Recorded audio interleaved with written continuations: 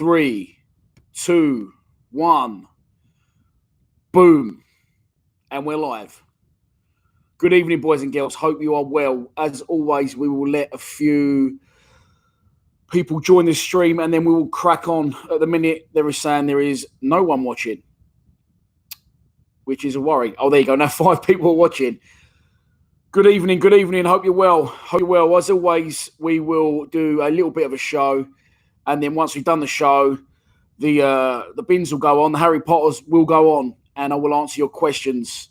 Won't be a long one tonight. Can't see it being really a long one. 38 people are up and running with us. 43. Okay. So here we go. Lions TV. Welcome to this midweek live stream. We are sponsored by Regal Elevators and Lifts Consultants Limited, a company that is owned and operated by a Millwall fan, just like every single one of our sponsors' website links will also be right in there where you want them to be. Now it's saying my connection is unstable literally straight away, but now we're back on.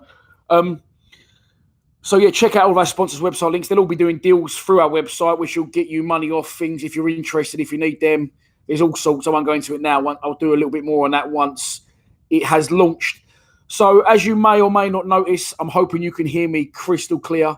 You should be able to see me crystal clear. And we've got new lighting on board. We've got a new microphone on board. Shall I lift it up so you can see it? There it is, a new little USB microphone. There is new lighting on board. So I'm hoping it's all a lot clearer. The one problem there still may be, as I think may have already happened, is the visual. Now, we are streaming now directly from my laptop and not my mobile phone. My mobile phone it is broken, lost. I'm about to buy a Nokia iPhone pre-Christ replacement. The problem is my Wi-Fi. My Wi-Fi is absolutely shocking. I'm with Sky. They've been given their P45 and I will be going over to the dark side of Virgin Media because I hear that is the best Wi-Fi around. But for now, I've had a 4G off my phone the Sky, honestly, Sky TV, love it. You can't knock it. Sky broadband is absolutely dog shit. So, there you go. It will always improve, hopefully. And I do know the things ain't fantastic. And it really does bother me more than anyone. So, if you want to fire in some criticism early, go for it. On the note of these shows, you may also notice a little bit of a rocky table. I'm going to get a different table to sit at. But, we're getting there slowly but surely. I think things are improving. And another way that we really want to improve these live shows is the following. I obviously sit and I do these live shows, but I'm working hard at the minute to make this a weekly thing.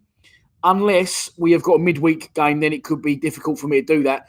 But if we haven't got a midweek game, I'm going to try and start getting guests on board, ex-Millwall players. I'm working on a couple as we speak. I won't go into the names in case it doesn't happen. But 2 ex-Millwall players, two very big ex-Millwall players. So that's the plan. And then you ain't got to keep asking me the same mundane shit like who my favourite player is, which is Alex Ray. Which I'm grateful for the questions, but what I want to do is give you an option of not having to keep asking me the questions. If I get, say, an ex-player in, and you're watching, say, for instance, you watch a Lions Lounge after I've put it out, there might have been a question you wanted to ask that player, and you can't do that. So I'm looking now to hopefully this season to give you the option to do that. Right, so now that's all business taken care of. New equipment I've got written down there. Then I've got 1-0 win at Preston. So we'll just recap very quickly the 1-0 win at home, obviously, against Preston, the first game of the season, a 1-0 win.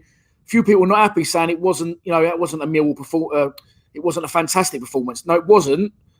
Or was it? I think it was. It was a Millwall performance. We're not going to win games 4-5-0 ever in the Championship. We're not going to be players doing step-overs and Cruyff turns on the edge of the box, stringing together 20 passes before scoring. We are going to compete in this league and survive in this league through hard work, grit, and determination. We're always going to grind out our wins. They're never going to be pretty. So I'm just happy for the points on the board. I think it was a very good performance. We nullified Preston's game. And I thought we did very well. I think the majority of our wins this season, you'll see us grind it out like that. Exactly how we did it. I've also got written down there, Matt Smith, 9 seconds. Now, this is not an apology because I see what I see and sometimes I'll call it right and sometimes I won't call it right. I'm only human. I was very borderline irate saying Matt Smith didn't win a header and he didn't win as many headers as I would have liked. I did, however, say I didn't think he played badly. I thought he worked very hard up top by himself. I think he's very suited to the Millwall way. I think he plays ugly And I think that he does what he needs to do on the pitch. I thought he battled hard in tough, humid conditions against the Preston side that was strong all over the pitch. He had a lot of work to do up top by himself, with Aiden dropping slightly deeper. He saved a certain goal, so that was almost as good as scoring one with the header over the bar. And I felt he grew into the game, but he didn't win as many headers as I would have liked. But I've gone out and said, all right, someone show me the footage. Someone fucking show me the footage. He didn't win a header to the 55th minute. And thanks to the guy who did it, I can't remember your name, mate, sorry. But fair play to you, he showed me the footage, and I think Matt Smith won the header within 9 seconds. So, who knows, maybe I was picking my nose at that point.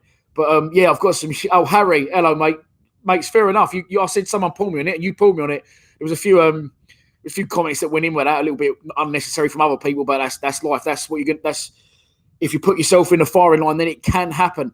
So, obviously, we win the game 1-0. But it wouldn't be Millwall if something didn't go completely tits up, did it? And obviously, Frank Fielding pulled his quad, and it's not looking good from a place kick, goal kick.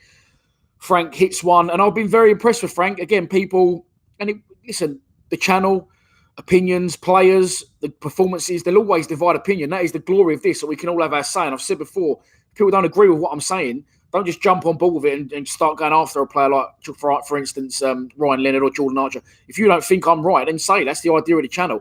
There you go. There's Millwall clip says Smith was class. Maybe he was. Maybe I just didn't see it. But on the basis of that, where was I leading with this one? Can't remember. Oh, Frank Fielding. Yeah, so Frank Fielding has divided opinion since he's come. I personally think he's been brilliant. A small criticism some would have from previous clubs he's been at, of people that I've spoken to, said that Frank, his distribution isn't fantastic. Doesn't bother me. As long as I said he hasn't got a pair of poppadoms for wrists, I don't care. As long as he saves the ball. I've been very impressed with Frank Fielding. As I've said before, doesn't look like your typical goalkeeper. He doesn't look that tall, but it doesn't matter. As long as he saves the ball, his job done. So for me, he's been very impressive in pre-season. Looks like a very good signing. And then Bosch takes a goal kick, and he pops his quad. Now, it's not looking good. And, of course, the transfer window is open until only 5 p.m. tomorrow. That's when the transfer window closes. After that date, you can still do emergency loans for one, and you can sign players that are unattached to any club on a free transfer. So, Luke Steele, nearly said Lex Steele. Don't be looking that one up, kids. Luke Steele.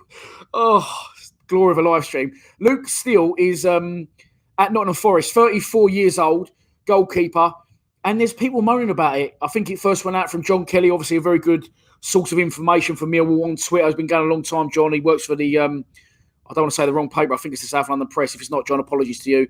Not that I think you're going to be watching anyway, but yeah, he's come out and said Luke Steele, people moaning about it. We're in dire straits for keepers. As I said, we've just had for the last couple of years now a whole comedy of goalkeeping mistakes and situations where Jordan Archer was just an absolute borderline clown. I don't know what he was doing playing professional football. And he still hasn't got a club, by the way. Have you noticed that? Ben Amos weren't bad, I didn't think. Few people didn't rate him. He went back to Bolton after getting injured, being here, coming from Bolton, because he was on a lot of wages there and they couldn't afford it. So he come down here and never ended up playing any part, which cost us probably a few quid.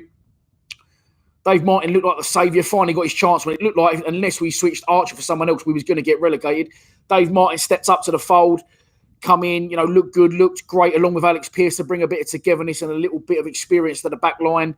And then, great, we love Dave Martin. And boom, he fucks off and joins the enemy. So, and then we're spanning for goalkeepers. It looks like the first sign of the season, and one that a lot of Millwall fans were very happy was going to be Bart Bialkowski from Ipswich. Then he comes, does his medical, fails his medical, goes back to Ipswich. That looks like the deal's dead. Then we sign Frankie Fielding, who comes in, does well in the games that he played. Games I've seen him in, makes a lot of good saves, quick off his line, good shot stopper. All round for me, did the job. Then we get Bialkowski in, and you know what, it's lucky we did, because as you know, and as I've previously said, Frank Fielding pops his quad, and now he looks to be out for a while. There is a guy who's got a YouTube channel, and he may be watching, and I've shouted him out before, and I probably will post a link in the description below later on. I don't know off the top of my head. I'm sorry, mate. But he's not a physio. He's pulled me up on this. He's not a physio. He's a sports injury psychologist or something. Can't give his exact title. But he started a Millwall YouTube channel just basically to discuss the injuries that our players have had, as in Ben Thompson, as in Tom Bradshaw, or recently have got, as in Frank Fielding.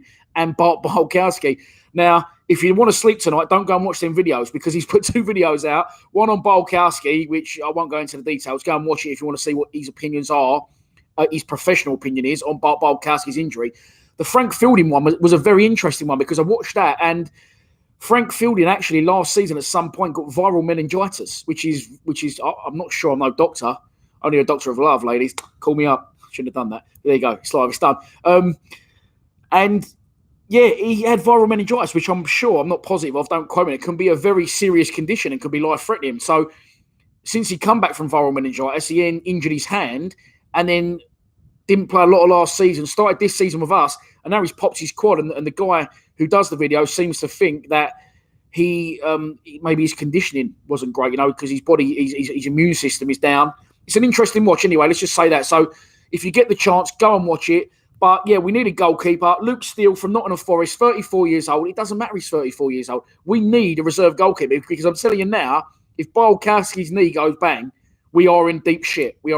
So for me, a short-term loan for Luke Steele, as I said, 34 years old, Nottingham Forest goalkeeper. It's a no-brainer. Let's not moan about it. Let's get behind it. Let's get him into the club. He knows the league. He's at a good club in Nottingham Forest. And, he knows the ropes of the championship. He knows what's expected of him. He'll be a good, experienced professional. And as we know and said before a million times, an older goalkeeper is not such a bad thing. But big shame on me. Big shame on Frank Fielding. Feel sorry for him. Really sorry for him because he was looking good for me. And Bartosz Bolkowski will now be the number 1. He had a very easy route in on Saturday because he didn't touch the ball, I don't think, with his hands hardly, which is good because he'll need to get up to speed very quickly this Saturday because we obviously are away to West Bromwich Albion. Right, what should we move on to now? The transfer window's closing. We've done it. Excuse me. So let's move on to the under-23s. The under-23s is a team that I'm very interested in watching. I like watching the under-23s. I really, really do. I did like watching them a lot when they was at Dartford. And as much as I love watching the first team, and of course I do, and as much as I love the club and have supported it since the age of 5, or contrary to what some people want to believe, I love the club still. I love going and watching. I love doing the channel, but it's a little bit more involved with me now doing the first team on a Saturday. It is a little bit more of a job. I've got to make sure I get the full-time reactions. That's why this year I might not do many away days because I just want to go and enjoy the game. I don't mind doing the stuff afterwards, but I'll always do the full-time reactions, obviously, and the pre-match and the post-match, the fan cams. But there may not be so many away days this season. I'll go to them all, but I just might not do the footage because I just want to enjoy the game. And that's the reason I enjoy doing the 23s because, especially when they played at Dartford, obviously I'm local to there. If anyone else is local to there, you'll know. Used to go down there, watch the game, and it was good. You could just relax and actually really take in and see what was coming through the ranks. Now, the club stopped playing at Dartford for the under-23s, and it was a shame for me personally and for a few others who luckily get that free time during the week. They usually play on a Monday or they usually play on a Friday. And in one sense, I've actually raised this with the club, and I've had the conversation. They switched it from Dartford to Calmont Road, the training ground of the club, obviously, that is behind closed doors. So it's a difficult one, and unfortunately, as much as I want to go and people want to go, financially it makes sense for the club to play at Calmont Road. You can't knock that. They have to play a certain amount of games at the Den, and this Friday's game is at the Den. It is a 1 p.m. kickoff against Burnley, and it's going to be a very interesting season for the under-23s. The 2 other games they got this month is the following Monday, which is, I've got it written down here, the 19th. They're away at Leeds, and then we are at Nottingham Forest at home on the 26th. Can't read my own writing. But this year, last year, no disrespect to people that have been around it for the last few years, we had players like Harry Donovan. You saw Ben Marshall, Yuri Skalak playing in the 23s. Whichever goalkeeper wasn't involved for the first team, Dave Martin was mostly playing in the 23s. You had people like Christian Brian-Mora playing for the 23s. And it's sort of the 23s was more of a reserves. Obviously, we have to keep it for that. But this year, we've got a lot of young, inexperienced, first-year professionals at the club. George Alexander and Billy Mitchell, obviously, as you may know. We've got Sam Skeffington. We've got Olafe. We've got Tienza.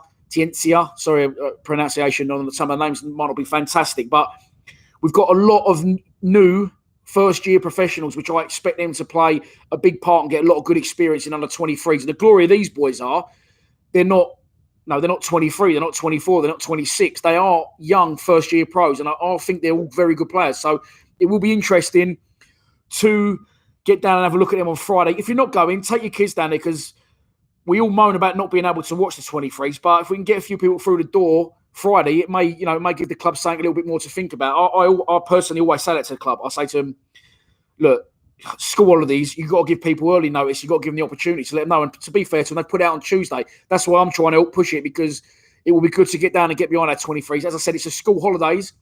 It's £5 for an adult to get in. It's £1 for a child to get in. If you're a junior Lions season ticket holder or a junior Lion member, it's free. So I think I've got that right. You might have to check that. But yeah, that's the 23s covered, and I think it'll be good to get a few people down there, get behind them. Matt Smith is the bollocks, geez. Someone else just said. Ronnie Temple. So anyway, I'm not going to delve too much into the Matt Smith thing. I hold my hands up. I said he didn't win an header after 55 minutes, and I made myself look like a prick. But listen, that will happen. You know, I'm not ashamed of it. Sometimes I'll call it right. Sometimes I'll call it wrong. I actually take a lot of not praise. What's the word I'm looking for? I'm doing something right. Basically, if people want to come for me because I've said Matt Smith hasn't won a header, I want Matt Smith to win a header. I want him to win them all. Obviously, we're moving on to West Brom. I don't want to go too far into it because I don't want to shit on the pre-match prediction tomorrow. But I think when we do go out there, I think we will play 4-5-1. I think it'll be pretty much the same side, because that actually was a 4-4-1-1 the weekend. But we have to change either Aiden or Matt Smith. And again, you know, I thought Aiden did well Saturday. Matt Smith, as I said, felt he had an effect and he grew into the game.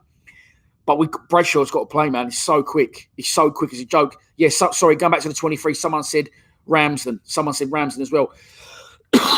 Harry Ramsden. Is it Harry Ramsden? Harry Ransom. Fucking Harry Ramsden. Said fish and chips. But, yeah, the West Brom away, I won't delve too far into it because there's Saturday, and then again the following Tuesday in the Carabao Cup. I'm looking to get to both games. I'm definitely going Saturday, and if I can get a lift, I'll be going back again Tuesday. Saturday, doing it, expecting to sit on your arse indoors. So, but yeah, I won't go too far into the pre-match prediction. I don't expect a lot to change, obviously, from Saturday's win, but there'll be a pre-match prediction and a fan score prediction out on the channel tomorrow to cover both of those. Shall we go to the questions? I think we're going to go to the questions. Just before we start, I have a question for you guys. And that question is this a better setup? Is the camera, the lighting, the audio should be very good? Paid a few quid for this microphone. Oh, by the way, I said I had a new microphone in the post-match analysis and I fucked it up. I didn't sync it properly because it was the first time trying it. I've double-checked this, triple-checked it, quadruple-checked it. So this should be definitely working loud and clear. Tyler Burry is another one I'm very interested in. Cheers, Charlie Anderson. Oh, Charlie. I think I'm jumping in with you Saturday, mate.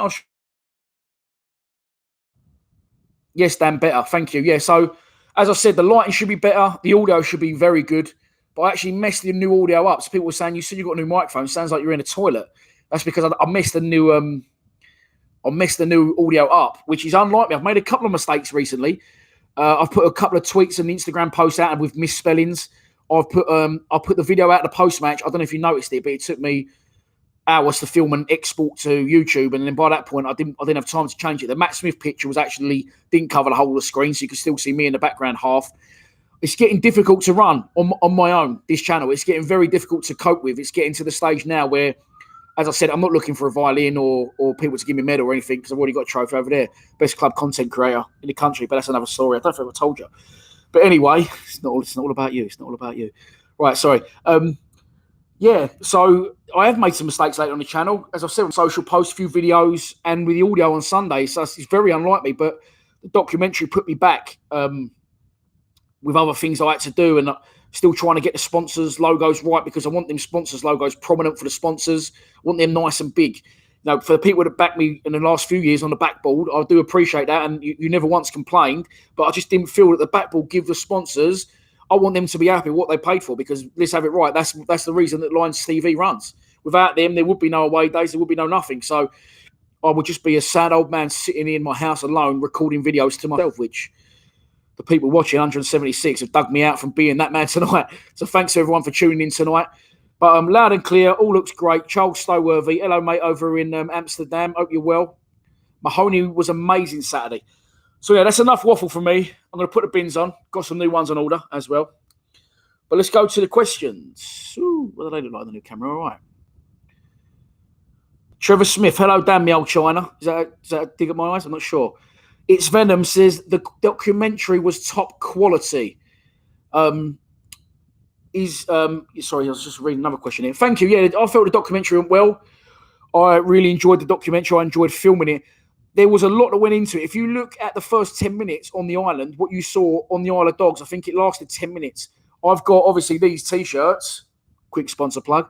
Links in the description below. I've got like sort of 4 black ones. So I wore the same thing and made sure I kept my hair cut the same way and the same length. That took me 2 weeks to plan and 2 weeks to film. The 10 minutes you saw on the Isle of Dogs. It wasn't all in one day. I was just going back doing different parts of different days. But I was very pleased with how the documentary turned out. It is something I'm looking forward to maybe venturing into a little bit further. I might go deeper and darker on certain eras, certain players. And I might even try and do... it's a random one. It's nothing to do with Millwall. I don't know if anyone saw it. Who remembers Justin Lee Collins, the TV presenter with long hair from Bristol? So he did a documentary once called Bring Back the A-Team. It was the best thing I'd ever seen because I loved the A-Team as a kid. If you were a kid growing up in the 80s, you might also have jumped on board with that. But I want to do sort of bring back the class of 2000, bring back the class of 88 and see if I can go and meet these people and talk them into coming to like a reunion, which would be good. Something like that.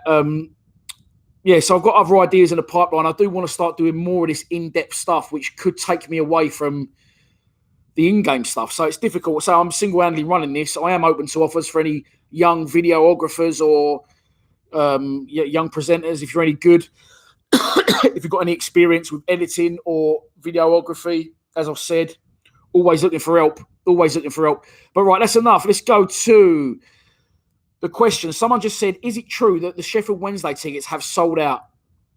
No, I put this on social media earlier. When I put it on, the fear was, when I put it on, that people would misunderstand the tweet because I love you all, but some of you ain't the brightest, are you? You have to say things 3, 4, 5 times and you still don't get it. But there you go. Breathe in. We'll live and learn. I think that I put up that Sheffield Wednesday's away allocation is sold out. So Sheffield Wednesday, I think, what is a top tier old Millwall? 2,000, 2,500, something like that. That's sold out. Sheffield Wednesday have already sold out their allocation. Sheffield Wednesday are a massive club, and I enjoy going to Sheffield Wednesday's ground. It's a brilliant old ground. And again, if you're an old bastard like me, you'll remember back in the day that the FA Cup semi-finals used to be played one at Villa Park, the other at Hillsborough, before they switched it to Wembley, which I still don't agree with, but that's for another day. Sheffield Wednesday, yeah, big following. For every season, we seem to play them in midweek at home and away. Now, I'm not sure why that is, but this year will be different. They'll be coming down on a Saturday. As I covered before, but I'll say it again, the atmosphere at Preston was electric. Preston fans were very complimentary of that. I think there was actually a minor earthquake or something like that. Just quickly, but where I remember this one, talking about the game Saturday, Preston, the 57th minute round of applause. I was asked to share it. A few people was asked to share it. And I'll be honest, I wasn't sure if it was going to catch on because people sometimes ask me to shout these things out. It doesn't. I'm not taking credit for that, by the way, because saying that's why it went out. But a few people, I saw it go around the club, and in the end, it was a brilliant reception for an ex-Millwall fan. I believe his name is Steve, and he sadly, well done to everyone for that. Well done to the Preston fans as well for respecting that and joining in. It was really good, like really good. Good tribute. Well done to his family. Thoughts go to you, obviously, at this time, and well done for getting that message out there. It was a brilliant tribute. I think it even made the press. So well done, everyone, for that. But yeah, not West Brom, sorry. Who are we talking about? Sheffield Wednesday. Sheffield Wednesday is not sold out. The away section is sold out, but I expect there to be a big crowd at Sheffield Wednesday, home fans-wise. You do it like we build up, we start a season, we do shit, and the crowds fall away. But after that result and performance against Preston, I expect the den to be near on full for the Sheffield Wednesday game. So try and get on board early doors with your tickets if you can. Trevor Smith says 1,500 tickets have been sold for West Brom, and we've got another 136. I will be going there. And it should be a good turnout. It was a good turnout at West Brom last year. It's going to be very difficult to get a result, very difficult. And I would bite your hand off now for a point. Connor King, cheers for letting me join the Lions TV clan. Big love. Loved it. No problems, mate. Always welcome on the channel. I used to be tied in with Ladbrokes, which meant I couldn't interview people under the age of 18. Nothing against your kids, but I've got to get a lot of videos filmed, and I'll always have to do my regulars first. But if you're sort of 16, 17, 18, then that's fine. I'll have you on the channel. If anyone want to get, I say it a million times, 15 different players and ex-fans were on the channel last week, and I'm always looking for more. You might have seen the Veggie Tube. Shout out to the Veginald, my young apprentice. Get your dad to send your pre-match prediction over. Make some doing that one tomorrow. But yeah, if you're half sensible and you do want to have a chat, then come see me. I'm looking for people to interview at West Brom this Saturday, actually, because I don't think many of the regulars are going. So if you want to do a fan cam this Saturday and you are going to West Brom and you're half sensible and sort of 16 or above, nice one, Veggie. Get in touch with me, DM me, message me on here, whatever. Yeah, here you go. Wellard Geezer 786. I see them names there, like Wellard Geezer 786, and I just think I can't wait to see what you look like. Billy Symes, you'd be good in interviews, Bill. You're getting married Saturday or something. You call that off and come to West Brom instead. What is your favourite away day? Stanley Tyler has asked me. What in this division? In this division, I've actually missed Leeds the last 2 years. So Leeds is up there. West Brom was good last year. My favourite away day. There's so many. There is a lot of old school. And Forest is one. What's Sheffield Wednesday is another. Sheffield United is another, which obviously they've now been promoted. Your dad will have an interview. Charlie Anderson says, but that'll be Andy. Angelo Melito says, I don't think McCarthy is fit yet.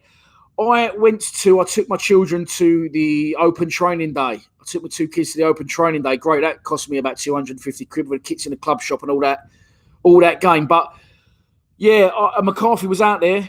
He was playing. I wasn't really watching that much, to be honest, but McCarthy was definitely out there and training. Again, I will say that Symes, I've half read that. Well, not all of it. Bradshaw looked very sharp at the open training day, and I think it was a little bit of a controversial decision from the gaffer to play Aidan O'Brien and Matt Smith and not Bradshaw, but maybe he's got a plan up his sleeve. Maybe he's not trying to push Bradshaw in too quickly to things. Cush Millwall says, got to be Luton away this year. Luton away, I was telling Mini-Me, obviously, because I don't think he's ever been alive while we've played Luton away.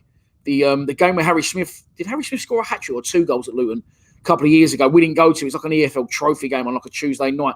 But Luton away is lively. I was actually at Luton. 2 Luton matches that stick out in my mind. I went on to Porter's coach when I was about 16, and we lost 1-0. Tony Witter gave a penalty away in the late, and then at the end everyone was singing "There's Only One." Tony Witter, I'd sort of forgiven him for what he's done, for his sins. And I also was at Luton when John Byrne scored his one and only ever Millwall goal, a header back across the keeper. It's a horrible but beautiful little tight weird ground, and it's obviously not far to go, and it is always lively. Just check the history books; it's always lively. Stuart Constantine says Charlton away this year, surely. Yeah, Charlton away. Last year or the year before, whenever it was, when we last played them, I remember the channel passed 2,000 subscribers that day at full time. I was well happy with that. We're on the way to 11k now. Cole Delahaye, evening, Dan. That was nice. Good evening, sir. How are you? Hope you're well. What was I saying? I can talk some shit, didn't I? I was saying, Charlton away. Yeah, Charlton away is a good one. The 4-4 there a few years ago was brilliant. Last year, the last time we played them was obviously 0-0 and not amazing, but it's always a good day out, and it's actually closer to where I live, living in Welling. It's actually closer to me than the Dennis. So maybe I should be a Charlton fan. I got the bins on. That's one thing I don't think I've been accused of a lot of things since I've done this channel, but I don't think being a Charlton fan is one of them. That's always a good away. They obviously the year we beat them, I think 2-0. Shane Lowry scored a wonder free kick as well. There's a few getting held for. A few comments getting held for being naughty. Because someone says Charlton scum. Sometimes they could be a bit of abuse for me.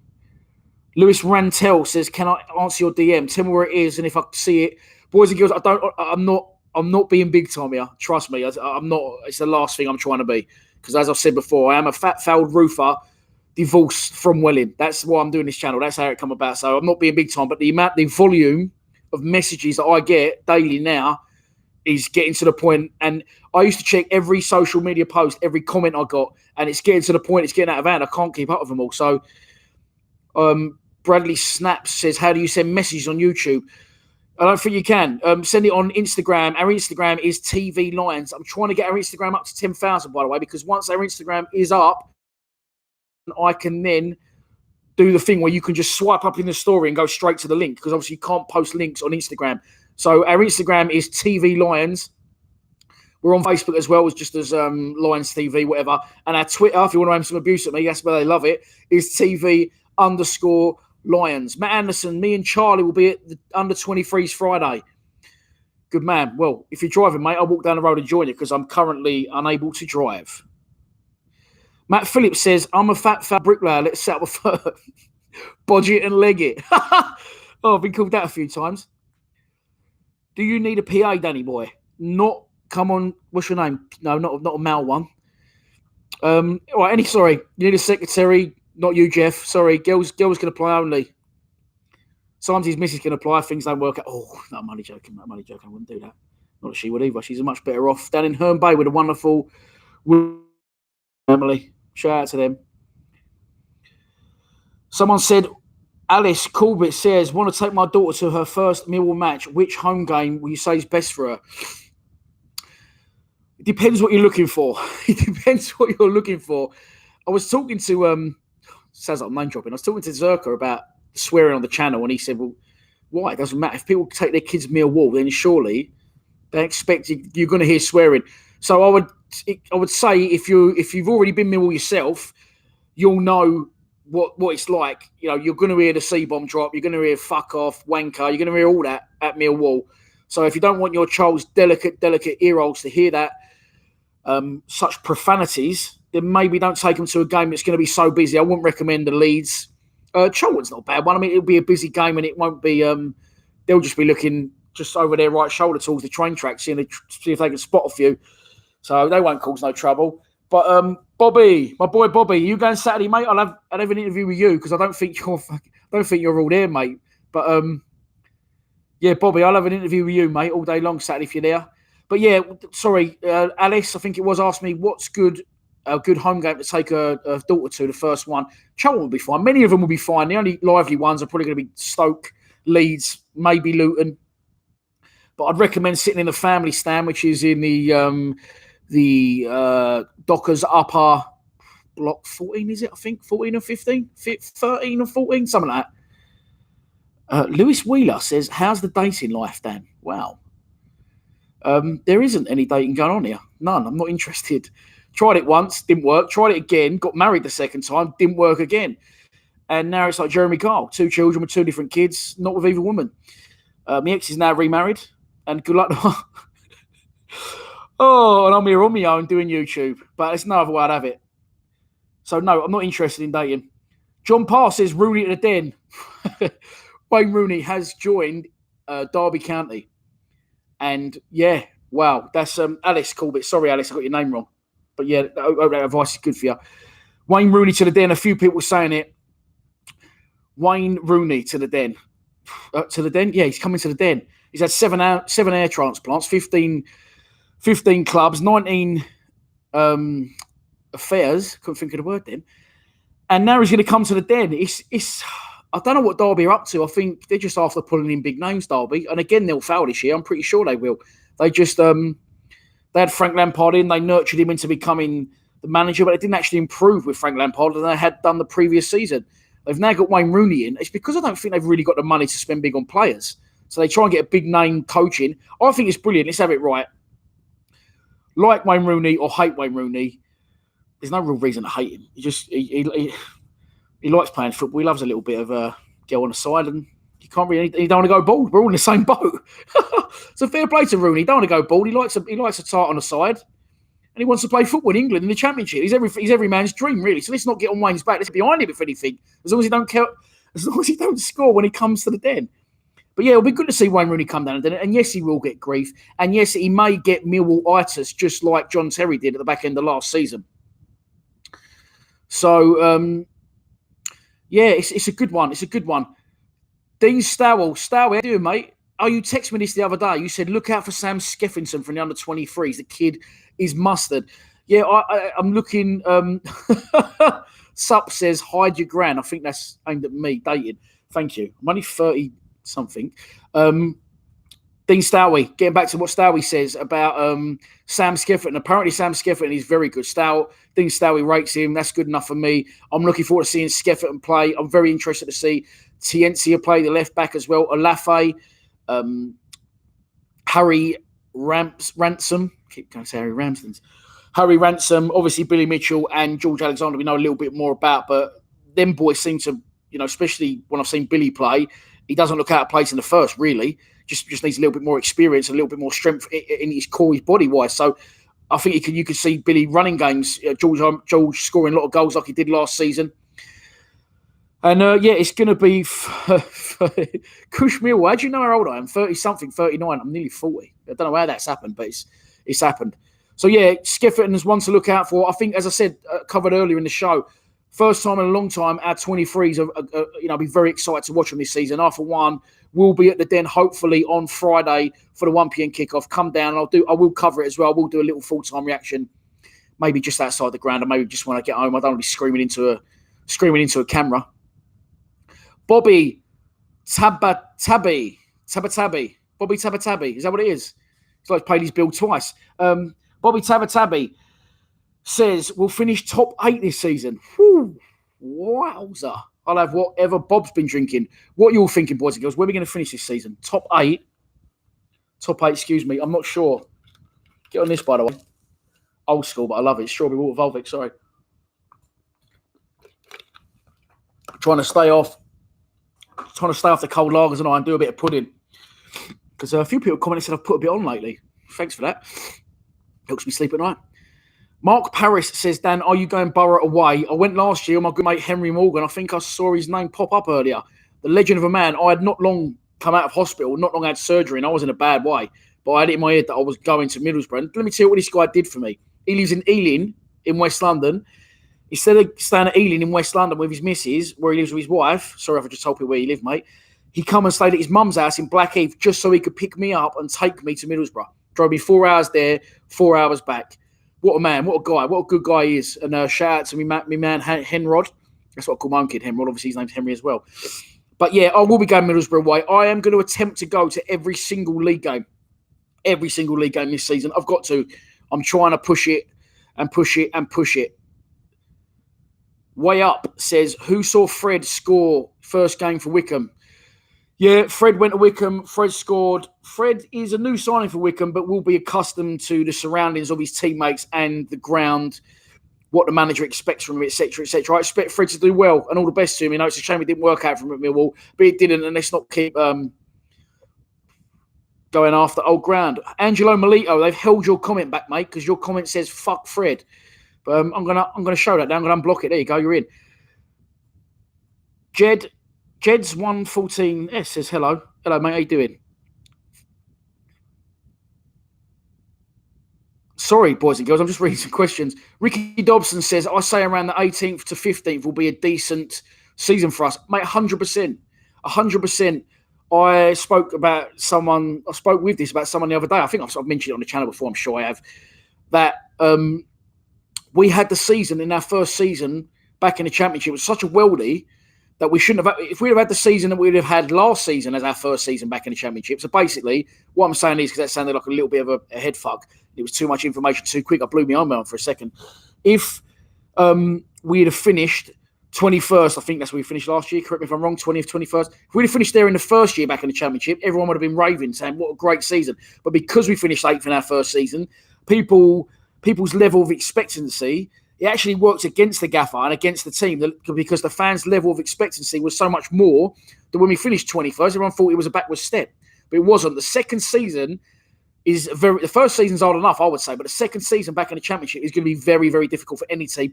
And a prime example of that, I think, that you're going to see this season is Blackburn. I think they're going to struggle. If they go down, we'll happily take Bradley Dack off them.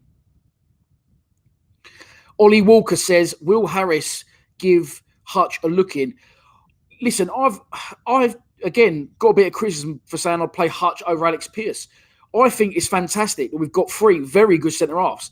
I think Alex Pearce is club captain. I think he's a very good player. I think Hutch is a very good player, and he's breathing down the neck of Pearce and Cooper. Cooper, for me, I think Cooper will go at the end of this season. I'll be very surprised.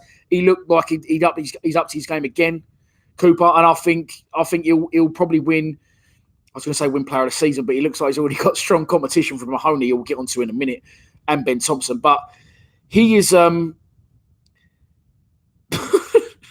Sorry, I've just seen a comment which I will not show you. It's been hidden for review. Sorry, I can't show that one. It wasn't a pop at me. It was a pop at one of the players that isn't getting in currently. But there you go. Anyway, we'll get back to what I was saying, which is I don't Kenny, come on. I can't remember what I was saying now. But anyway, it's not important, is it? Come on, let's move on to another question. Charlie Anderson. That's a good question, Charles. Who's your top 6 and your bottom 3? Bottom 3, I'm going to go with Blackburn Rovers. I'm going to go for Huddersfield, back-to-back relegations. And I've got to go with Reading. I don't know how they keep escaping it for the last couple of seasons. They've been shit. Top 6, I don't want to say it. I don't know if you saw the game, Bristol City on Sunday. Bristol City Leeds, but Leeds looked fucking phenomenal. But they start every season like a house on fire. Top 6, you put me on the spot there, Chum. I'm trying to think now. I need to think. I'm going to have to say Leeds. I'm going to have to say that they're going to get out sooner rather than later. They've got to get out sooner rather than later. I think Leeds probably will go up this season. I think Sheffield Wednesday, I don't know why, I've just got a feeling. I know they've just recently lost their manager and things are a little bit up in the air, but I've got a feeling they might have a little push this season. Brentford may have been, but they just lost their best striker, didn't they? Neil Maupay, who went to Brighton for 20 million, I think it was. It's early days. I don't think Derby will be anywhere. The 2 teams I guarantee will be nowhere near it come the end of the season, and they think they will be, and they always start well and fizzle out and finish around the same point every year, and that's Middlesbrough and Derby. They'll be nowhere near it. They think they will be, but they won't. Bristol City spent a lot of money. Mate of mine actually went there. I think Charlton will be all right this year. I think Charlton will... Someone's asking me what I think. Oh, Fulham, Bobby paid his bill twice, says Fulham will win the league, and they've kept hold of a lot of their players. Scott Parker, good young player. A lot of abuse for Elliott, which I'm not going to read out. Jesus Christ. Listen, Tommy Elliott's gone now. He's not gone, but I expect him to leave. Let's not get on the guy's back, and this isn't anywhere near the first team, and he's playing shit. We don't need to be firing at him, do you know what I mean? Kush Millwall says, think we will compete for the playoffs. You think... Do I think we will, or do you think we will? I don't think we'll compete for the playoffs. And I'll be very happy with a finish 20. I'll be happy with 21st again, especially with all the new players we got. As I said, I think I've covered it, but I'll say it again, hats off to the manager, because to get that many new players in such a short space of time, so close to the start of the season, that could have been a very easy out for Neil Harris. That could have been Neil Harris going, well, look, we lost our first 5 games of the season, but I need you to stick with us because, new players, new team to this group and all that, the stuff he comes out with. But he didn't do it. So he's done very well to get the players in. The mood in the Den Saturday, you could tell there was a not a level of expectancy. There was a level of excitement and a feel of freshness, which again, good, fair play to the gaffer who loves me personally. I've heard, who loves me. Yeah, big fan of mine apparently. But yeah, good. Listen, fair play to him because his back was against the wall. And he does know the Millwall way. No one knows it better than him. But we've signed 7 or 8 new players. And as I've said before, don't expect magic from these players. Expect hard working, grit and determination and grinding out results. That's the way it's always going to be. I haven't seen many of you ask. I haven't seen, can I say the reason why Meredith left? No. And I don't. And do you know what now? I don't know. I've heard so many rumours about it. Again, it doesn't matter. He's left. It ended on amicable terms. The club said, we wish him all the best. He said to the club, wish him all the best. And, wow, there's some big Chinese comments going in here. I don't speak Chinese. I just eat it. Sorry. I don't know about Meredith. Honestly, I don't know. And if I did know, don't worry about it now. He's gone. He had a very good season for his first season, Meredith. The second season, not so much. But it's done and dusted now. I think we're well covered at left back with Shane Ferguson and the Man Mountain Murray. So what was I saying? No one's really commented. There's a Chinese guy just commenting over and over again. I don't know what spam in the channel. Not spamming means. What does that mean? Should I block the fucker? Hang on. It's moving so quick I can't. Wait, come back.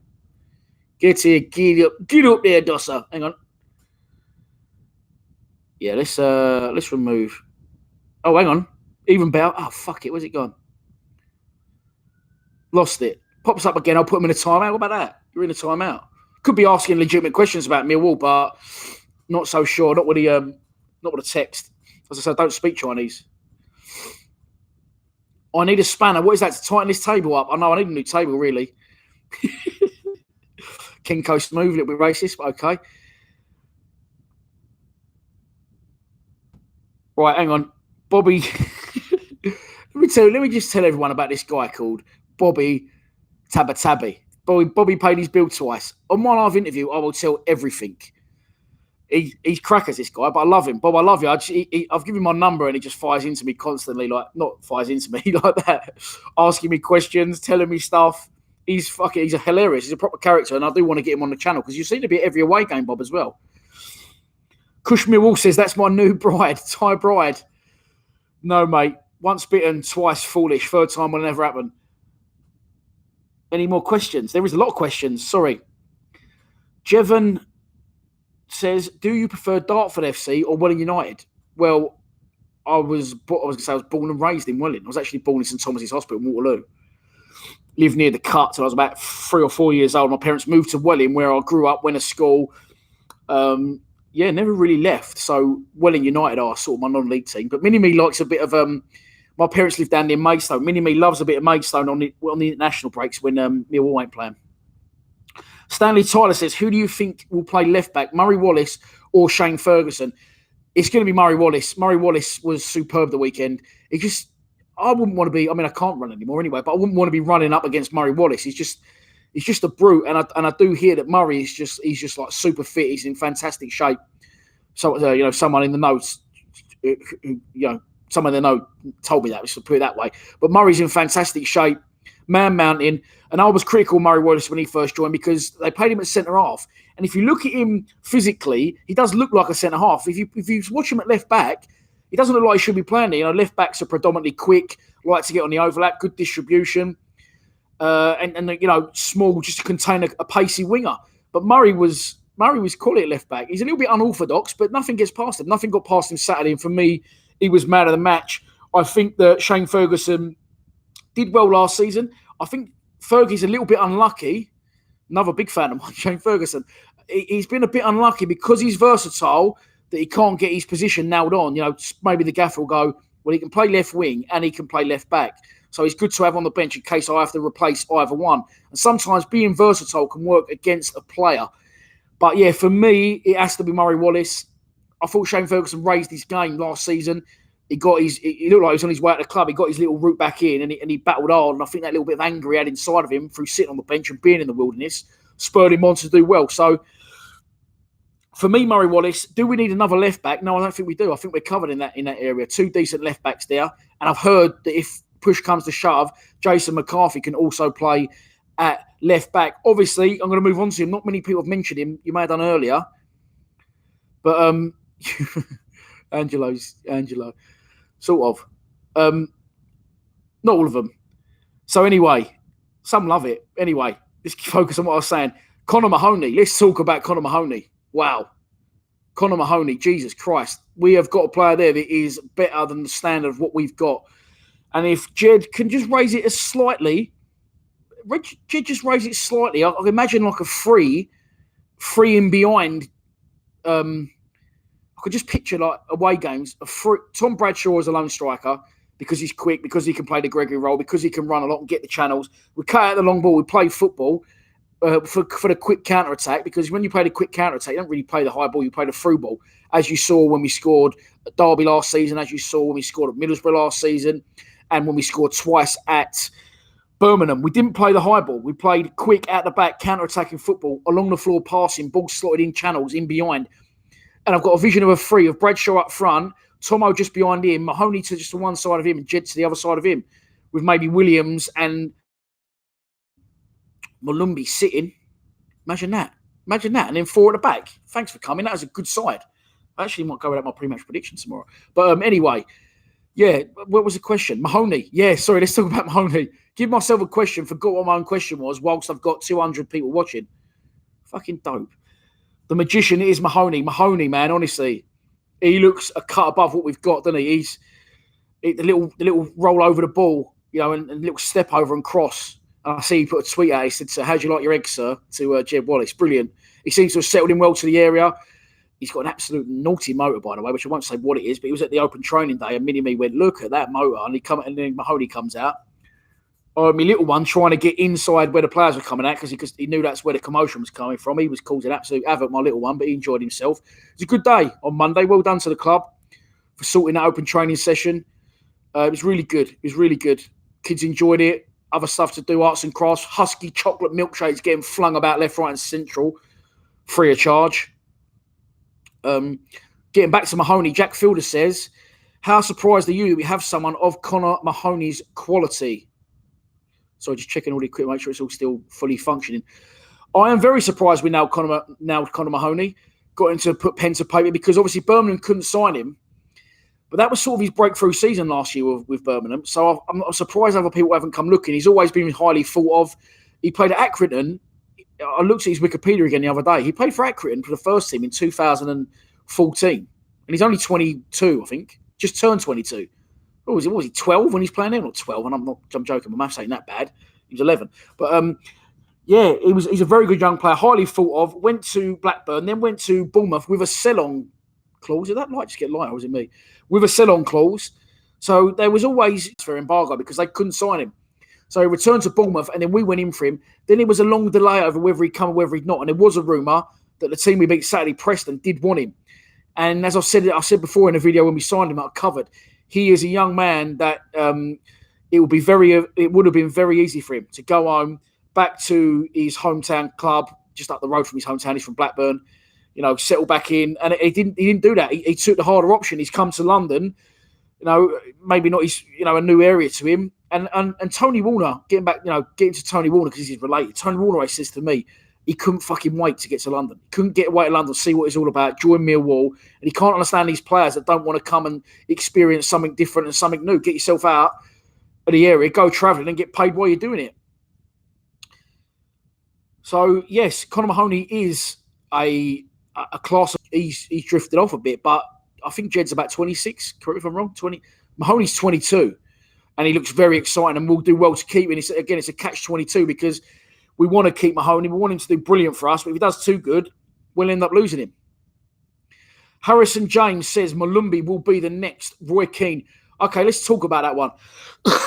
Sorry, let's talk about... So I put that drink. There he is. Get me out of it. Yeah, let's talk about Malumbi. Sorry. Jason Malumbi. Didn't know a lot about him.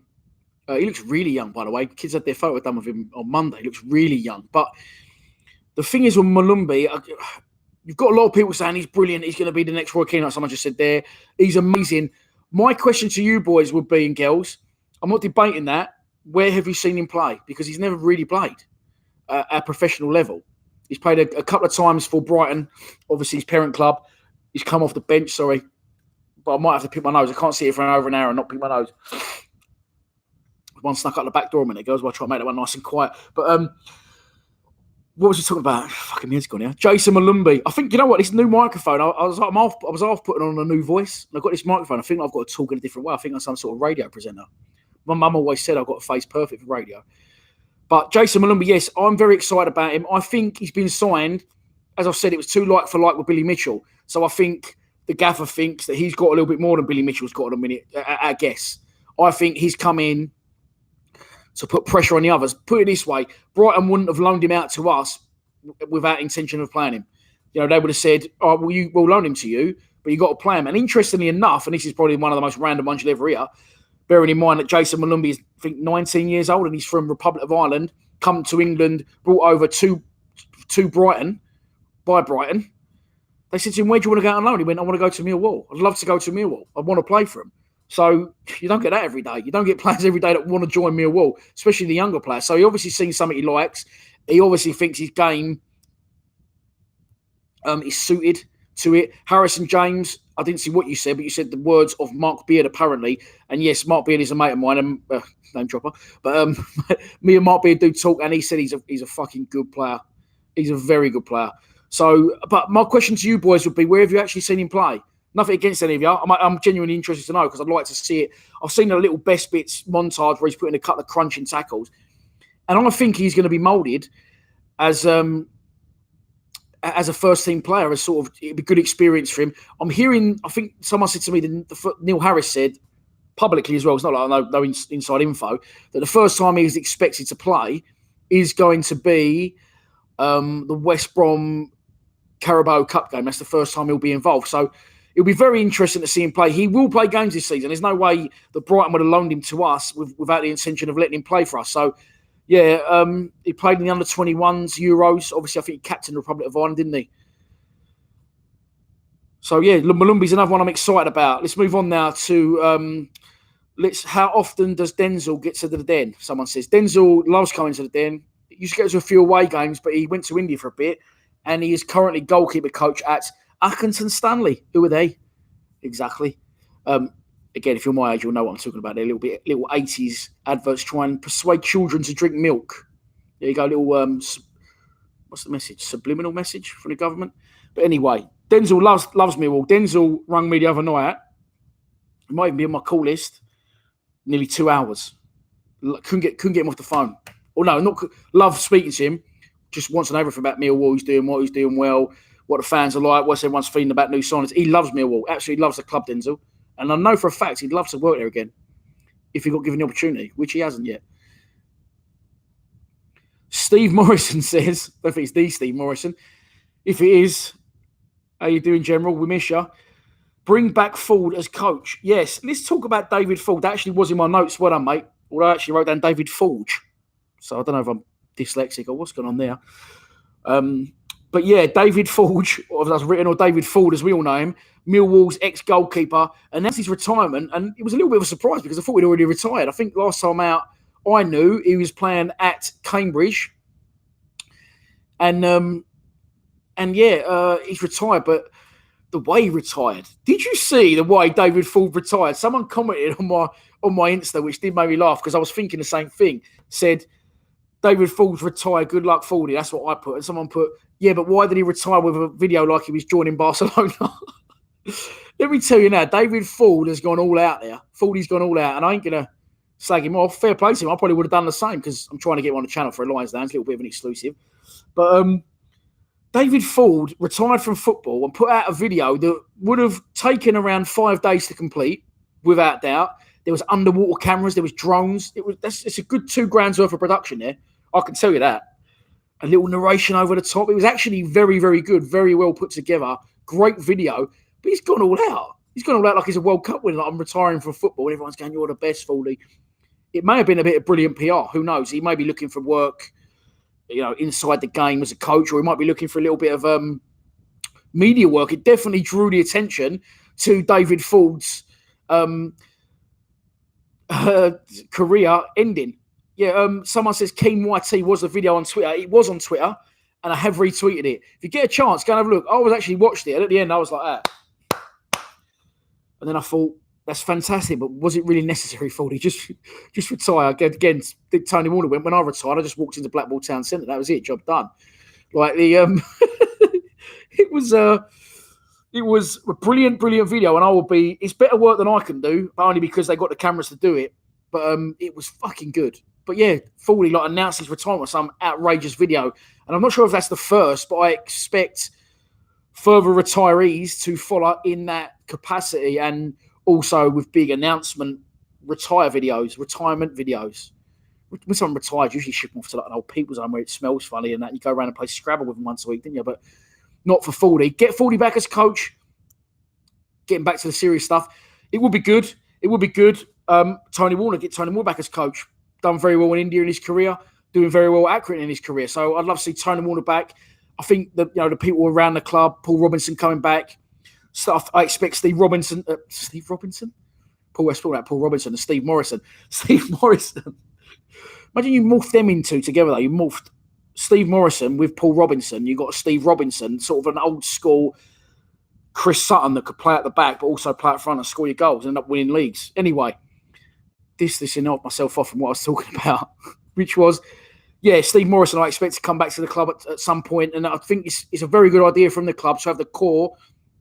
And again, people slag that off. People go, it's Harris giving his mates jobs.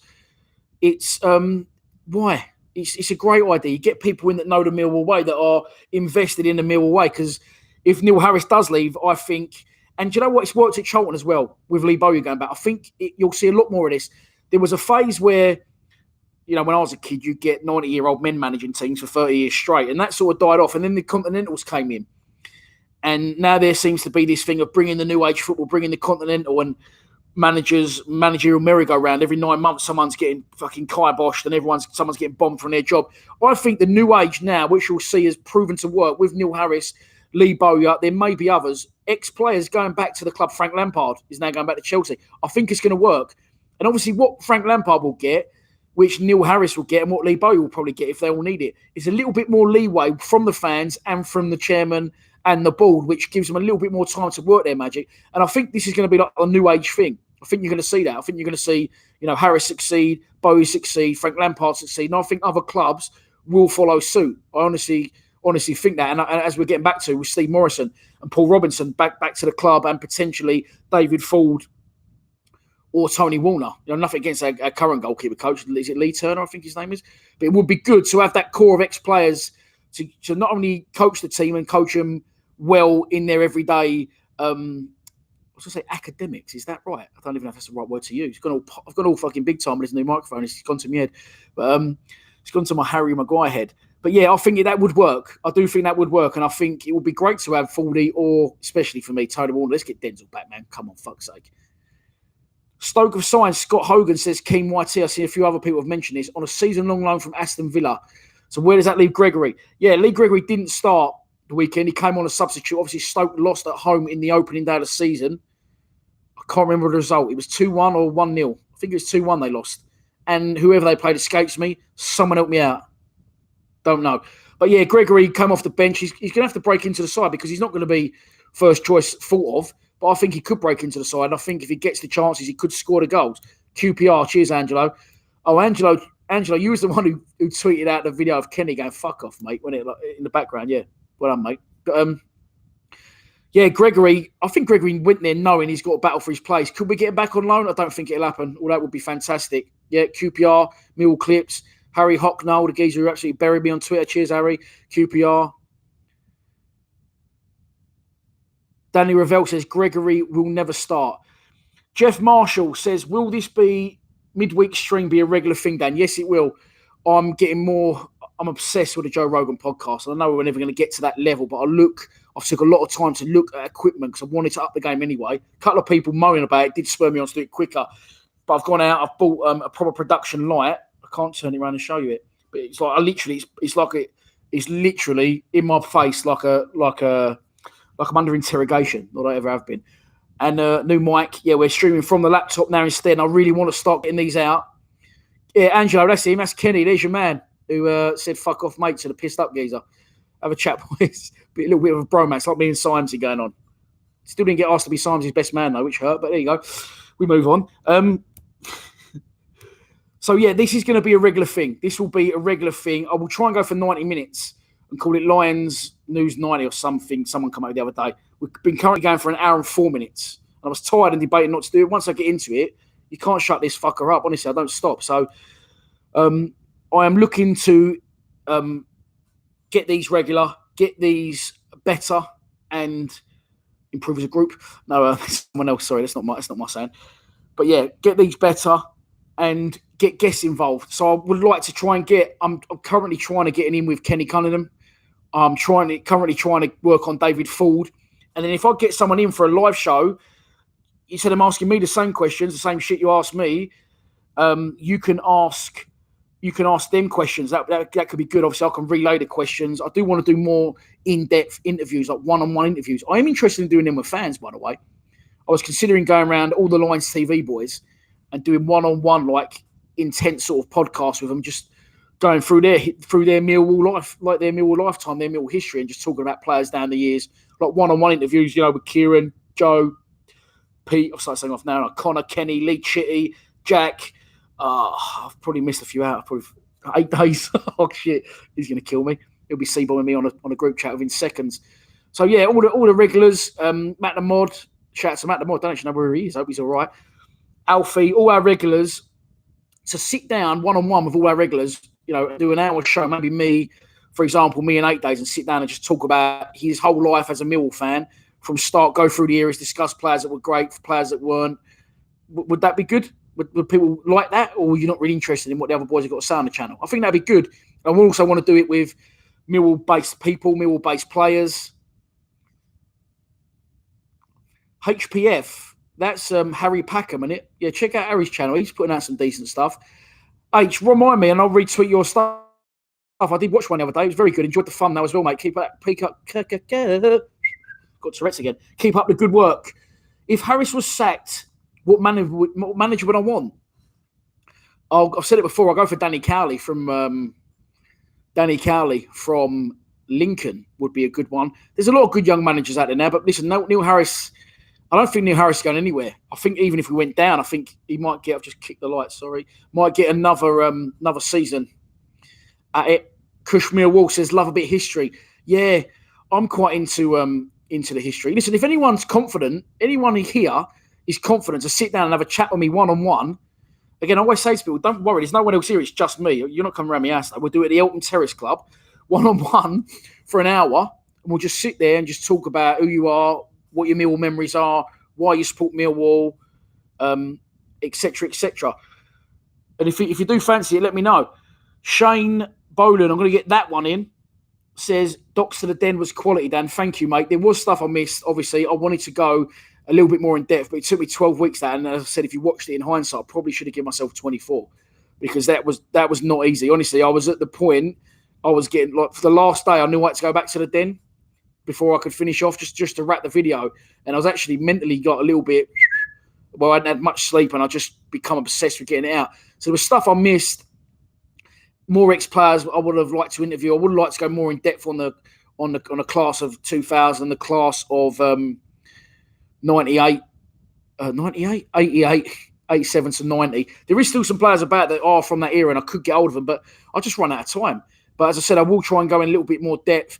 Docs of the Den is just short of 20,000 views and it launched. Tomorrow will be a week since it launched. So if you haven't watched it already, please get on board because I don't often ask people to watch it and retweet and all that shit. But it was very hard. And going forward, I want to do a lot more sort of serious stuff like that. The fan cams people love. The pre-match predictions are. I don't not enjoy doing the pre-match predictions. Don't get me wrong, but I'm at the stage now. I don't mind doing I like doing the post-matches. Still love the post-matches. I've done so many of them that I know I have to pop them out. Do you know what I mean? To keep the droves. But yes, so someone just said Derek Posse is over for the QPR game. He's already been tapped up, mate. So I'm hoping I can get hold of Derek Posse. And instead of, like doing if I could sit down with Derek Posse for an hour here and just get really intense with him about his time at Millwall and, his career in general, and to get you lot to ask him questions and I can relay the questions to him, it'll be good. It'll be good. Keen YT says, ever thought of putting out a fan predictions video for slightly younger viewers? I have, and we have. Yes, we have before done it. We have actually done that before. Mini-Me done one. One of our sponsors, shout out to our sponsor, Big Kevin Toomey at Regal Elevators. His daughter, his daughter Bridie Rose was very good. She jumped on it. And yeah, I'm interested in doing it. I will do it if people send me the clips. But again, people will have to send them to me. It's not a problem. I'll put them out. I want as many Millwall fans on board as we can. John Willis says, do you like Husky chocolate? Take the piss, mate. No, I tried one of the milkshakes the other day. Mini-Me, actually. We was at the open day. He's going to kill me if he's watching this because he's just gone home. He's been here for about 5 days. He's gone back to his mum's. So Mini-Me, my little one, doesn't really know anything about football. He just turned up, went in the club shop, went, I want that, and that. Thanks very much for coming, 200 quid. Right into, my little one's only 5. He's right into arts and crafts and he's not really into football. So he went off and he was doing his arts and crafts. And Mini-Me was sitting there. A kid walked past him just before the players had come out. And someone went, 3 milkshakes over there. Fuck me, you've never seen the kid move so quickly. He was over there like a shot. He's going, oh yeah, really like Yazoo. They're just the same as Yazoo's. They're lovely. So I did have a little dabble, I won't lie, and the Husky chocolate milkshakes are pretty much the same as Yazoo. So jump on board. Keen YT says he'll be happy to send me clips each week. Do it, mate. Send me a little tester on Instagram.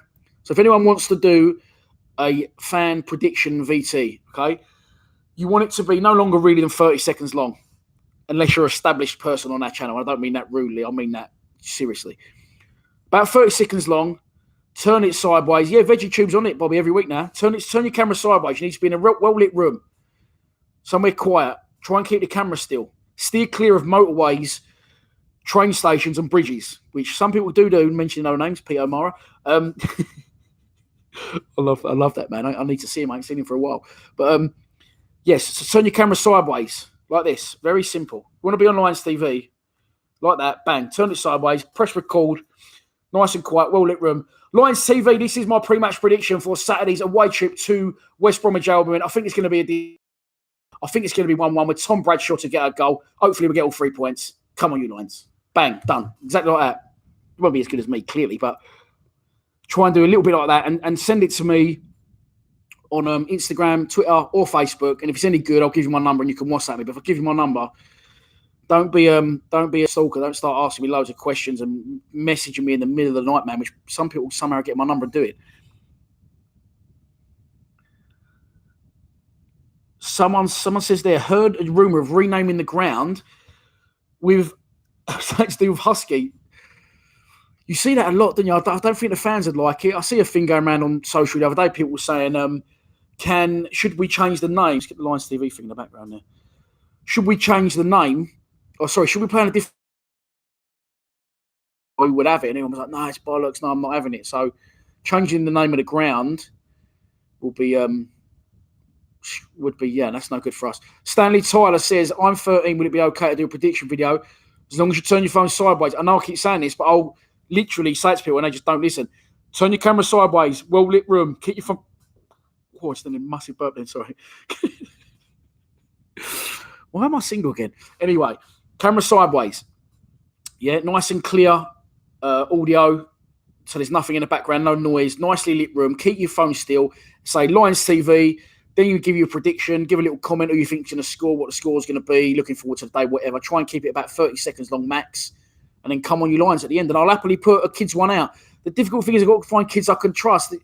I did do kids interviews a few years ago, and there's these two absolute clowns come up to me and went, "We'll do one." And I went, "All right." And I went like that with a microphone. And he just went, "West Ham, you bunch of in this," and I went, "No, it's no good, mate. It's no good."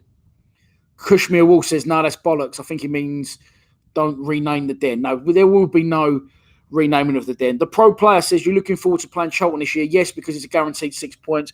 Yes, because despite what some people say, people go, why are you worried about Charlton? We're not worried about Charlton. We just want the 6 points. And it's a very good, very good local away day. Full house, why not? Kushmir Wolf says, kids are horrible.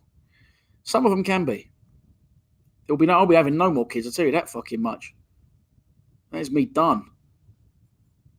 Any more questions? It's dying off now. Should we wrap it, Aaron? 13 minutes? Come on, you Husky. Michael Heasman. Danny Ravel says, do you think we looked short in midfield with 4-4-2? Most teams play a 3 in the middle. I did comment, I think, on one of my videos that was the main reason that we don't ever seem to retain a lot of possession. One, because we play direct ball and it's difficult to retain possession because as soon as you ship that long diag, the ball's out of your possession. It's out of your control, and you've got to wait for the second balls. You've got to wait for the second balls, a knockdown. Sorry, I was just looking at other comments when I was doing that. So yes, we do always struggle to retain possession, and we do always get overrun in midfield. But I think the gaffer knows that. I think he's not fussed by that. He thinks we can have a quick impact by going, fuck off, long diag, Cooper, boom, not to Morrison, maybe Smith, down to Bradshaw, AOB, bang, goal. Short, sharp, high impact football. I think that's how we like to play. And we do always get overrun in 4-4-2. I think, again, I thought Williams played well Saturday, and I'll keep going over it. But I thought Williams and Tom are our best option at the minute. I haven't seen Williams play, so I can't comment on that. What would an ideal centre midfielder be for us? Roy Keane. Get him out of retirement. Get Keano on the pitch, and he'll absolutely rattle a few. Someone says, need a fast striker to break with. Well, that's, as I said, that's what Gregory did last year. And for people saying we need to play 4-4-2, people need to remember that a lot of last year, we changed it from 4-4-2 and changed our goalkeeper, and that's why we stayed up. That is purely the reason we stayed up. Harris finally changed it after so many people were calling for him to do so. And we didn't play a target man. We played a quick one up front in Gregory. Played Thompson just behind him. You had Fergie wide left. You had Jed wide right. And I think you had like either Williams or Tunnicliffe centre. And we played high up the pitch. Do you know what I mean? We played 4-5-1. One up front. We broke quickly. And we, as I've said before, covered the games. We scored goals at Derby, Middlesbrough and Birmingham with quick counter-attacks on the floor, not in the air. Luke Adams said, should we start Budvarsson just to see how he does? Well, no, I would say that the manager has seen what he can do behind closed doors. I think that the manager is finally giving Aidan O'Brien the chance that he thinks he deserves, and he does deserve that chance. He's been with us a long time. He's scored a lot of goals in League One. But I think now that it's he's given Aidan the opportunity, and we've won the game Saturday, so I think Aidan 100% will start Saturday. Oh, Ollie Campbell. Fucking hell. Prime Alex Ray or prime Tim Cahill? Alex Ray's my all-time favourite player, my all-time favourite Mill player, and that's because I think I was pretty much a child when I watched him. I used to go, the first away games I started to be allowed to go to was Watford away on the train with my mates. I used to go on coach one to long ones away, which my mum and dad would only let me go on if I go to away games if I went on coach one. But I used to go to a lot of away games at Watford on the train. Every year we seemed to win 1-0, and every year Alex Ray seemed to score the goal. In reality, I know that that probably wasn't actually what it was, but in my childhood memories, got some good memories. Going with the boys from school when I was still at school. Nick Sheldrick, who watches the channel, Nick. I'm sadly someone who's no longer with us, Paul Gunner. I dedicated the documentary to my mate Paul, who's sadly no longer with us. We used to go every year to Watford like, on the train, thought we was proper boys, like 14, 15. And Alex Ray just seemed to score every year there. So, in reality, probably a Tim Cahill in his prime was a better player than an Alex Ray in his prime. But in my world, I've got to go with Alex Ray. We are moving into the last 12 minutes of the stream. That'll be 90 minutes. That'll be a full game of football you've had at me. Me talking bollocks. Someone says, Stanley Tyler says, start Budvarsson in the EFL Trophy game. So hang on, is it EFL Trophy? Or is it Carabao Cup? I don't even know, if I'm honest. But I think you will see you'll see a lot of players given the chance against West Brom in the Cup the following Tuesday. I think that's why we've got the squad in we've got. I think it could be a case of one cup, one squad for the Cups, one squad for the league. I expect Balkowski will play against West Brom in the league. I expect Hutchinson to play against West Brom in the league. Probably Jason McCarthy if he's ready. Shane Ferguson, Ryan Leonard. I think you'll see. I think you still have the core of like Jed, Tomo, but I think up front you could well see Budvarsson, partner Bradshaw. I'd start with Bradshaw Saturday. He looks sharp as to me when he come on, and he gives us the only attacker with any pace. HPF, start Billy Mitchell. Yeah, I think Billy will play some part in that game. It is the Carabao Cup, isn't it? And that is the same as the league trophy. I don't know, to be honest. Probably should know. Dan, that would be a great mini-series you could do. Where are they now, featuring old Mill players? Have you never seen Lions Lounge? It's about 25 episodes of Lions Lounge up. I've done Terry Erlock, Tony Cascarino, Gary Alexander. I've done absolutely loads. Tony Warner, Paul Robinson, Ronnie Ball, Robbie Ryan, Tony Cascarino I've mentioned, but why not mention him twice? I've done Frank Harper. I've done loads. I've done absolutely loads. I've done Mark Beard. Although I would like to do Mark Beard again. I've done Alex Ray, my all-time favourite Mill player at the Den, in the dugout, the home dugout. I've done so many Lions Lounges. But yeah, I would like to go a little bit in deeper. Paul Moody, another one. Sound and unfortunately look like David Brent when he's naming places in the round Reading. Winnerish. Who's seen that? If you've seen it, you know what I mean. Stanley Tyler, yeah, send it to me on Instagram, mate. If it's any good, keep hold of it on your phone, though, because if it's any good, you'll have to send it to me. Yeah, you'll have to send it to me on what's it called, Tony, on WhatsApp, which I'm a bit adamant to do. Nothing personal against you, but if I give someone my number, usually they absolutely start hounding me. Unless it's a woman, they never talk to me. So opposite ends of the spectrum. Keen YT says, is Tony Craig on the radar? The problem you've got is, Pete Sweeney's another one I've done. If you get a player that is still playing football, they are quite reluctant to do it. If they've retired, then that's fine. I think Tony Craig's still playing, but I'd definitely be interested in doing Tony Craig. Know his brother Lee, and they live not far from me. So Lewis Rantel says, use thumbnails.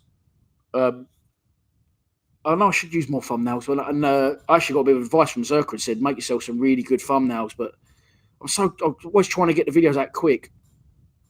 Tommy Willis says, do you still work with Chris? Chris who? Chris Hughes? No, I don't work with Chris Hughes. We're still very good friends, and I absolutely whipped his ass over that snooker. And in fact, I paid me £200 in sterling cash for his troubles. Beat him 5-1 for £100. Then he says double or quits, and I do him again. So I think he ended up like 7 frames to 2. Thanks for coming. He's currently in Bali with his girlfriend. But no, I don't work for him anymore. I jacked that job in around November because I had to have my second surgery in December. And then after that, I just never went back because Lions TV was getting to a stage where I didn't need to. I've done Denzel. Do you know what I would love to do on a Lions Lounge? Casey Keller. John Robertson says, Danny Baker interview. I've tried and I got absolute custardio pied. David Ford, Lucas Wright says, do David Ford. I am trying to do David Ford. I'm currently trying to work on David Ford and Kenny Cunningham. Both of those boys. Denzel Washington interview. I don't think I'm at that stage yet, mate. Would be nice. Gabrielle Bradley says, I'm a Borough fan, but I've been following the channel for ages. Quality content. Thank you, mate. Appreciate it. Anyone else? Any ideas for a Lions Lounge? Because when I first started the channel, I sat down and wrote a big fucking long list. And if you haven't seen the next player on here by now, I've tried and they've absolutely bombed me, which is fair enough. That's their decision. Kenny Cunningham is one to get, and I could probably get into him. Keith Stevens, Alan Dunn's thingy. Right, HPF. Alan Dunn doesn't really want to do it. I've tried him. I've tried Teddy Sheringham. He dinged me. Where's the other one? Danny Dickey, I'd love to do. I've tried to get in contact with him. Danny Shit, I asked, and he said no. Someone said there, David Hay. Now, I did a TV show with David Hay a few years ago, and he said they got him on to talk about boxing, but also because he had an upcoming fight, also to talk about Mia Wall. And he's a lovely guy. But before we went on air, about 10 minutes, he went, quick. You're going to have to tell me something about football. I know nothing about football. I don't even know the offside rule. So can you give me something to say? And at the time, it was when we was going back to Wembley to play Barnsley. I said, look, Neil Harris, our old manager, coming back to the club, blah, blah, blah. You know, go with that. And he's like, oh, cheers, mate. So there'd be no point interviewing David Hay because he literally doesn't even know the offside rule. And he's been to Mill about twice in his life. But all that, Richard Sadler, I've asked. Sadly, he didn't fancy it. Teddy Sheringham, I messaged. I got his number off Tony Cascarino and he bombed me. Uwe Fuchs, I tried to find on our quest to the World Cup. I'll tell you what I am going to do. I don't know if when we went to the World Cup, did Christoph Kinney. And Christoph Kinney just had a car crash, literally. It was all sorted, and Christoph Kinney had a car crash and nearly died about a month before we was going. And I said to Tony Moore, that's going to be off now. It's a shame. Christoph Kinney said, make sure you still come. I want to do this interview. And I was to Tony Moore, I was like, are you sure? Because he's in a bad way. And he was like, no, he's adamant. He wants to go. He'll give him a little lift. So we went to see Christoph Kinney in hospital when he just had a lot of surgery. So what we promised to do with Christoph, he's actually a manager of a team in Belgium, and we promised to go back and cover Christoph Kinney now, a little mini series or documentary, whatever, an hour VT of him now he's out of hospital and back managing his team, do a little bit around his team and where they're from and what league they're in, follow a game with them. That's one we're definitely interested in doing. Oh dear, what have I done there? I've pressed something I shouldn't have. And now you've all gone really... Hang on. Can you all still see me? Oh, shit. Hang about. I've absolutely killed it, haven't I? Are people seeing me at the minute, or are they seeing other people's names on the screen asking questions? I'm not sure. Or can you all just see me clearly? Andy Roberts is one. You can see me clearly, yeah? All right, that's fine then, because all I can see is I press the button I've pressed the button, and all I can see is the comments flashing through, which is good. Kevin Muscat. So, okay, this is another one I'm interested in doing because I've seen Keith Stevens pop up. I've seen Tim Cahill pop up, and I've seen Muscat pop up. I would also be interested in speaking to Paul Ifill. He said he'll do it, but he's in New Zealand. I've actually spoken to him on... I also did... Sorry, it's weird for me because I can see these questions. All I can see now is the questions. Wesley Reed, Elliot, CU, blah, blah, blah. So, yeah, I would like to do like a Lions TV world tour. Kevin O'Hanahan owns a pub down in Gravesend. I'm trying to get in touch with him. Brian King is a possibility. Abdu will be a good one. But yeah, as I'm saying, I want to try and do a little... Oh my God, they are all flying here. I've got to start looking at the comments, but I need to look at the screens. I need to engage with my audience. But all I can see is loads of stupid comments on who we should get for Lions Lounge. But yes, I'd love to go to Australia or to Australia or to New Zealand and cover a few players obviously living out there now. As we said, Kevin Muscat, Tim Cahill, who does frequent all over the world, Keith Stevens, Joe Dolan, Paul Ifill. There's a lot of them over there, and I'd be very interested to do that if it would pay. Matt Lawrence I was going to do, and then he moved to America, so I couldn't do it. But believe me, if you haven't seen anyone on the channel, I've tried to reach out to them. Jordan Archer still doesn't have a club. Someone asked me if Stoke Case Cushmere Wall says Steve Claridge. When I first started the channel, I tried to get Steve Claridge. Steve Claridge agreed. Then when he realised the night before, he said, "Who's sending you from the club?" And I said, No, I'm not from the club. And I offered to pay him as well for his time. He said, "Oh, sorry, mate, I didn't realise that you wasn't officially with the club, so I've got to decline your offer." Some people get funny with that, and that's fine. That's their decision. It's not, wow, I'm messing around with these things now, and I don't know how long I'll be going for because I can't see anything. All I can see is the comments. But anyway, I think we're wrapping towards the... Here I am. I'm back. Boom. That is it. We are up to 1 hour and 27 minutes. Just finally, after slagging me off earlier and saying he sprinted to get the Husky chocolate milkshake. Some of you may have seen the other night me put on my Instagram story that me and him were going to play FIFA and see who's the best, and I'll see you in 90 minutes. Well, you didn't see me in 90 minutes, and that was the reason was because he beat me. And I sulked like a big kid and stormed off because that's what I'm like, and I like to win. Chubby says, Lions Lounge with Neil Harris. I have inquired. It will never happen. Let's just say no more on that. Lewis Rantel says Gary Alexander. First or second ever Lions Lounge I did was Gary Alexander. It is up on a YouTube channel. I am considering doing like a Lions Lounge revisited as well because obviously the standard of content I'll get now is a lot better than when I used to stand there with a little dictaphone on a shit on, not very great. So, yeah, there you go. Daniel Day-Lewis interview or any famous Mill fans. Just did Josh Zerka. I don't know if that was any good for you. Ollie Walker says Danny Shittu. I tried, didn't fancy it. Yeah, so that's it, boys and girls. I hope you've enjoyed this live stream. That is, unfortunately, the end. I will be back on the channel tomorrow for a pre-match prediction for this Saturday's trip to West Bromwich Albion at the Hawthorns. Over 1,500 Millwall fans are travelling. I hope you're one of them, and I hope you're interested in doing a post-match fan cam. If you are, please DM me, and I will meet up here because we are struggling this week for regulars. And it's your time to shine. Let me know. Thanks for watching, as always. Yeah, that's it. That is it. That is genuinely the end of the show. I've enjoyed it. I enjoy your time. I enjoy your company. Thanks for sticking with me throughout thick and thin. And I will see you tomorrow for the aforementioned fan score predictions and the pre-match predictions. Please subscribe to Lions TV. Come on, you Lions.